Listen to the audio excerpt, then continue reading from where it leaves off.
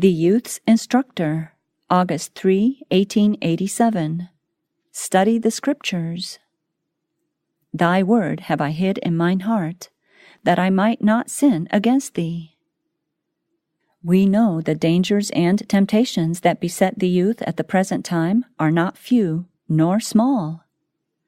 And we understand that every means that can be employed to repress sin and to encourage righteousness should be entered into most earnestly by the youth themselves. We live in an age when to resist evil calls for constant watchfulness and prayer. God's precious word is the standard for youth who would be loyal to the King of Heaven. Let them study the Scriptures. Let them commit text after text to memory and acquire a knowledge of what the Lord has said. And then let His word be strictly obeyed. When tested and in trial, let the youth spread out the word of God before them, and with humble hearts and in faith, seek the Lord for wisdom to find out His way, and for strength to walk in it. The Lord loves His children, and with a devotion stronger than that of a mother for her child. For in response to the question, "Can a woman forget her child?" the Lord, by His prophet, says, "She may forget, yet will I not forget." Yesterday, in company with Mrs. M. K. White and her 2 children, I rode from Basel, Switzerland, into a portion of Germany. During the ride, we witnessed a painful scene, which I could not get out of my mind, even in the night season. It was a woman running after her 5-year-old child, which, when she reached it, she struck several severe blows upon the head. Afterward, she grasped her little one by the hair of its head, twitched it back and forth repeatedly, at the same time continuing to strike it, and finally, seizing the little girl again by her hair, she shook her violently, and lifting her from her feet, threw her with great force into the house. All this time the child was screaming at the top of its voice. The thought that here was a woman, a mother, in a hurricane of passion, having the control of children, was painful in the extreme. What will be the effect upon children brought up in such an atmosphere? It was the first exhibition of the kind we had witnessed since coming to Europe.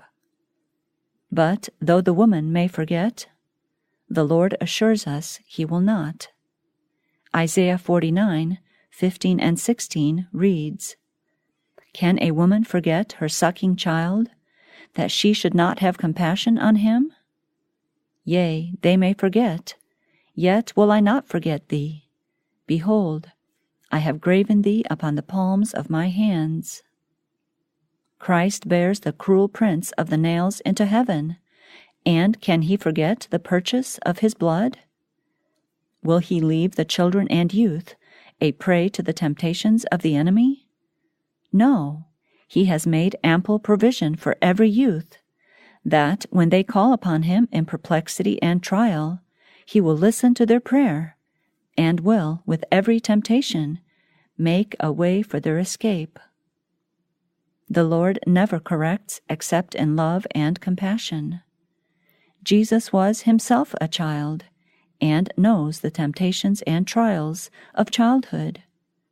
He was Himself a youth, and He understands the perplexities and disappointments of youth.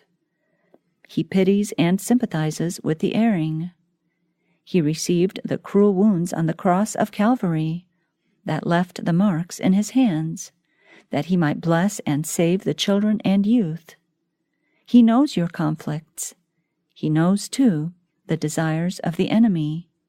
He knows your heart sorrows for sins and your purposes to be right and do right, and He stands ready always to give you needed help when you shall call upon Him. You may have pure, noble characters, a rich experience in the service of Jesus Christ. But you must, like Joseph, Set your hearts resolutely to resist the first insinuation from the tempter to do evil. Your only safety is in making the Word of God your study. If you will hide His Word in the heart, you will not mistake the path of duty and of safety. That blessed book will teach you to be honest, temperate in all things, frugal, industrious, truthful, and upright. Its counsels heeded will make you a faithful companion of youth, giving you an influence that will ever lead upward to purity of character, an influence that will lead away from sin into paths of righteousness. Will such a life be without enjoyment? Ah, no! It will be full of comfort, full of satisfaction, because you are bringing heaven into your life, peace into your soul, and leaving a testimony that the law of the Lord is perfect, converting the soul. The entrance of thy word giveth light. It giveth understanding to the simple. I would that all the young could understand how precious is the offering of a youthful heart to God. How lovingly the angels guard the steps of God-fearing, God-loving youth. Jesus knows them by name, and their example is helping other youth to do right. The youth who has hidden within the heart and mind a store of God's words of caution and encouragement, of His precious pearls of promise, from which he can draw at any time, will be a living channel of light. He has connection with the source of all light. The Sun of Righteousness sends its light and healing beams into his soul, irradiating rays of light to all around him. I counsel the youth not to devote to the reading of storybooks or fictitious tales the precious moments now given them in which to make preparation for eternity. Such reading will surely unfit the mind for the enjoyment of solid reading, which strengthens the intellect and improves the morals. Storybook reading creates an appetite for exciting stories, leads the mind away from the Scriptures, and disqualifies for duty. It makes the precious words of God, which should be of the highest value, dry and uninteresting. The mind must be fed with pure food if the heart be pure. The moral taste is perverted by fictitious reading. Let our young men institute a warfare against every habit that has the least danger of leading the soul from duty and devotion.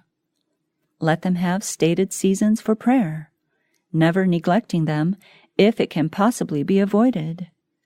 If they go out to battle with their vicious habits indulged as before they professed fellowship with Christ, they will soon fall an easy prey to Satan's devices.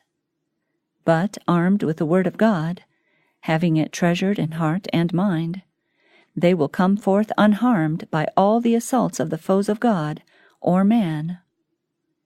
I appeal to our youth never to be found without the spiritual armor, wherewith they will be able to quench all the fiery darts of the adversary.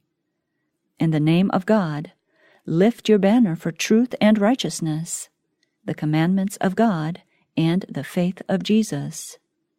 You need the perfect armor of truth now, the sword of the Spirit, whose edge will never be blunted, but will cut its way through sin and unrighteousness. I repeat, the Bible is the standard for the young who would be loyal to the King of Heaven. Thy word have I hid in mine heart, that I might not sin against thee.